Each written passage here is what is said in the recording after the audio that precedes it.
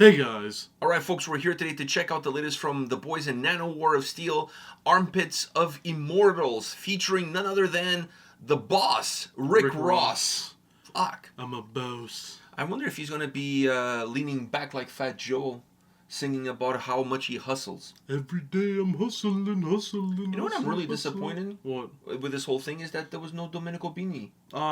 I'm still waiting for the fucking Nanowar I'm still waiting. featuring Domenico Bini. I don't think he has much time on the internet left. Is he still pumping out videos like he used to, or he kind of calmed down a little bit? I haven't checked his channel in a long time. His work ethic on YouTube is unmatched. But is it still unmatched? That's what I'm asking. Yeah. I haven't checked lately. Well, if you check his Is he on the remix of the remix of the remix of the remix of the remix of Shanawana?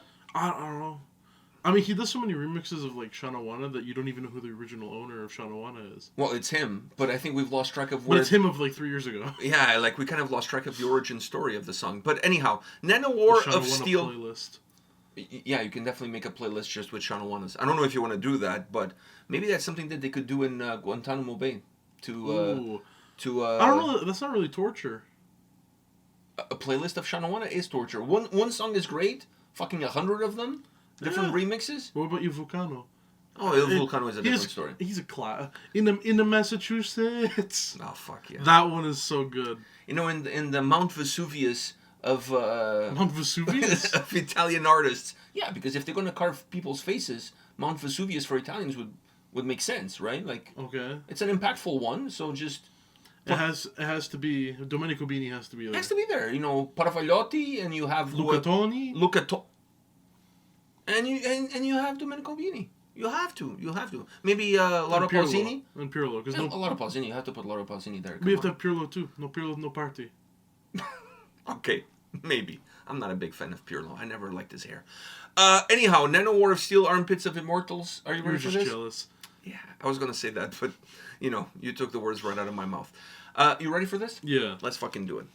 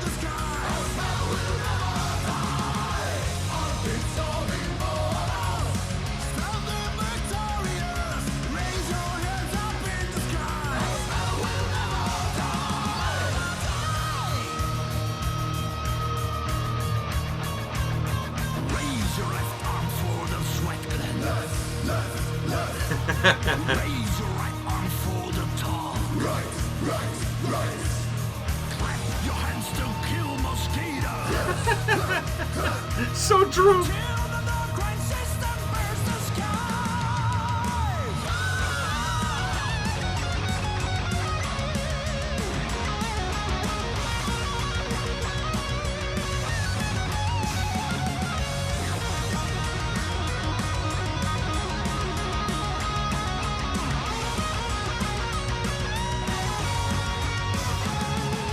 Armpits of immortals, standing victorious. Raise your hands up in the sky. A spell will never die. Armpits of immortals, standing victorious. Raise your hands up in the sky. A spell will never die. Armpits of immortals, standing victorious. Raise your hands up in the sky. A spell will never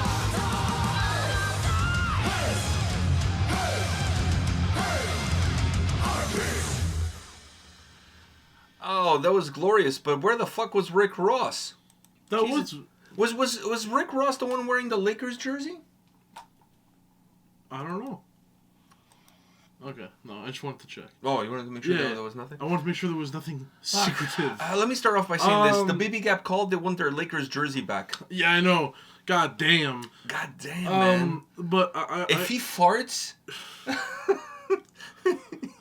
if he puts his hands too far up into the sky. Well, it's sleeveless, so he can stretch out, but you know what I was but thinking when I was fuck, listening man. to the song was these guys have talent, like amazing talent, obviously. and they're very perceptive.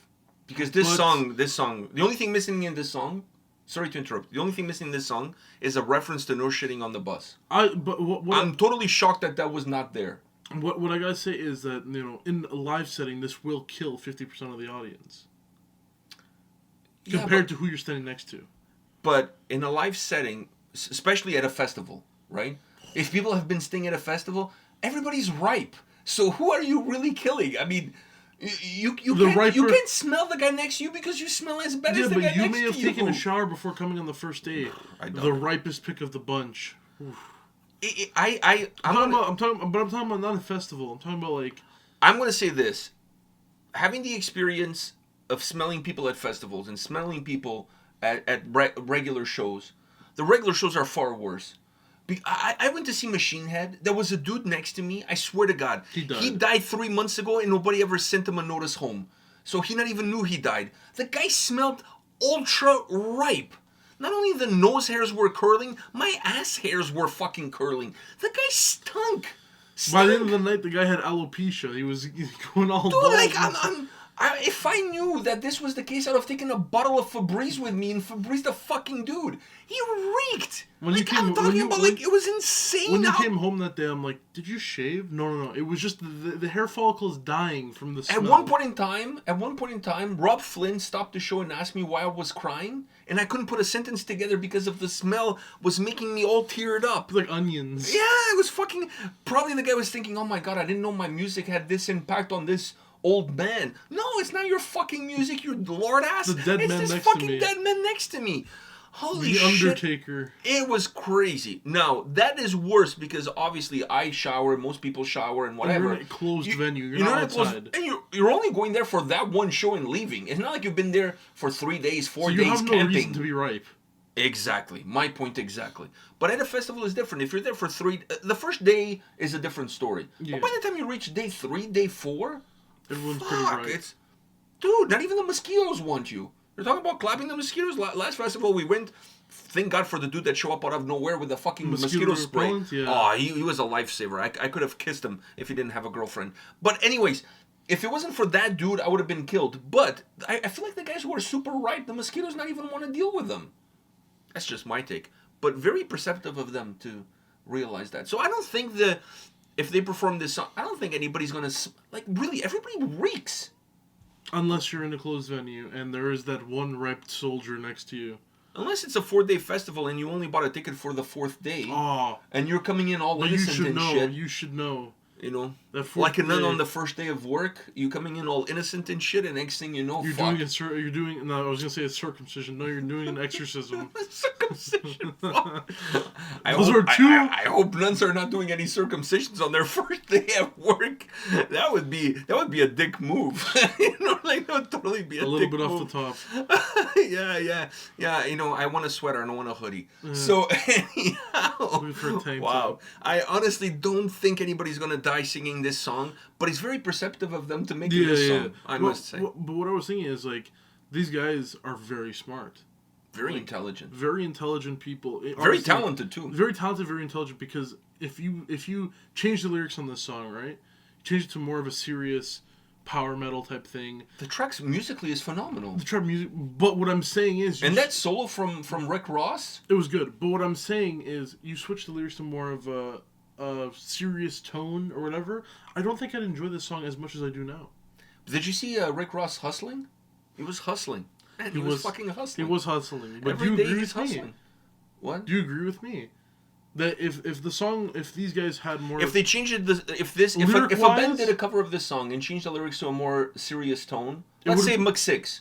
it would be like, Let's say Mach 6 does this I'm song. sorry, but it would be a It would better. still work. The song The song would still be musically is good. amazing. It would still be good, but in the end, it would sound like a power metal track. It would sound like a generic song. That's, I think, what you're getting at. Now, and when I say generic, I don't mean bad. No. It just means like, you know, It's like every other. a good power metal song that you've heard a million times Yes, exactly, by a million different bands. exactly. But One of that- them Mach 6. But that's why they're smart, is because they're like, okay, we are talented and we can make power metal and different types of, funny stuff. One would say they can make whatever they want. The last album That's was true. like and all over the Norwegian place. reggaeton is a completely different song. Everything was all But over the But what place. I'm saying is, like, we have this talent stuff, but if we go serious with it, we're just any other band.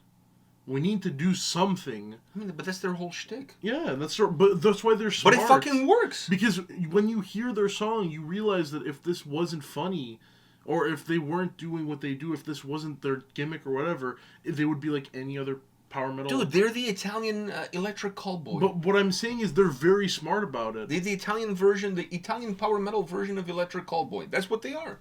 What electric callboy is for metalcore, these guys are for metal. Yeah, Electric Callboy is metalcore, but they have their gimmick, and their gimmick is what sells them.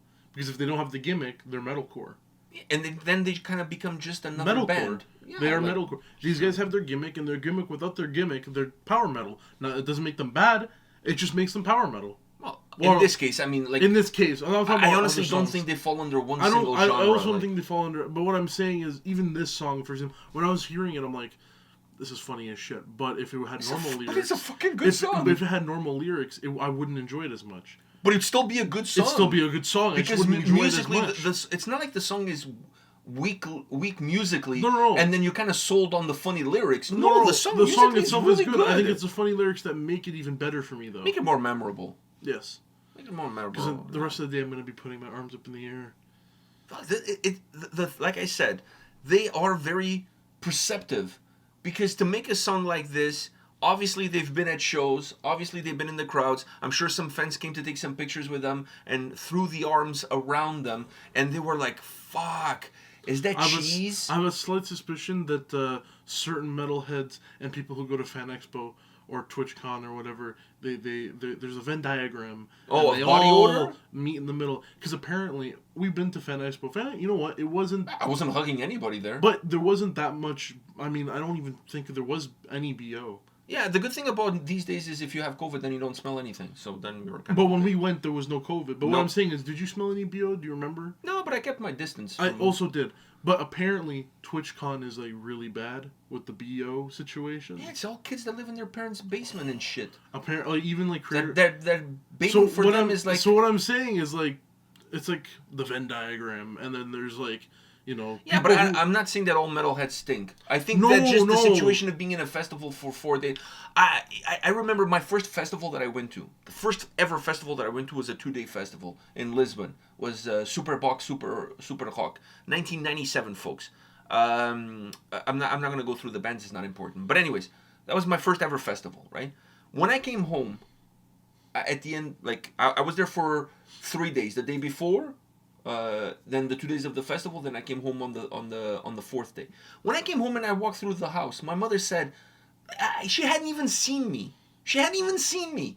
But when I walked into the house, she goes, "Go take a shower immediately. You stink. You smell like a goat." And I don't mean the greatest of all time. I mean like a fucking goat. And she hadn't even seen me. And our house has 2 levels. I was at the bottom level. She was in the upstairs level. She opened the fucking door and said, "Go take a shower immediately. You reek." And I was like, I don't smell I don't anything. smell anything.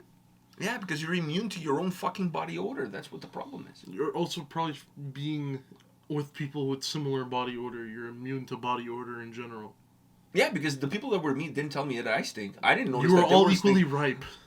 But that's what I said before. That's why at the show when they play this, nobody's gonna die because everybody's Equally ripe, yeah. Everybody's on the same boat here. Everybody's on the same boat. So, anyhow, this was a fucking fun song, as I was expecting from Nanowar Steel. What else? What else these guys would do? But I'm still holding hopes for one day a song featuring Domenico Bini. Yeah, come on, that has to happen. Come on. Shanawana remix, number 75. Or In the Massachusetts, that's my favorite song. In the Massachusetts.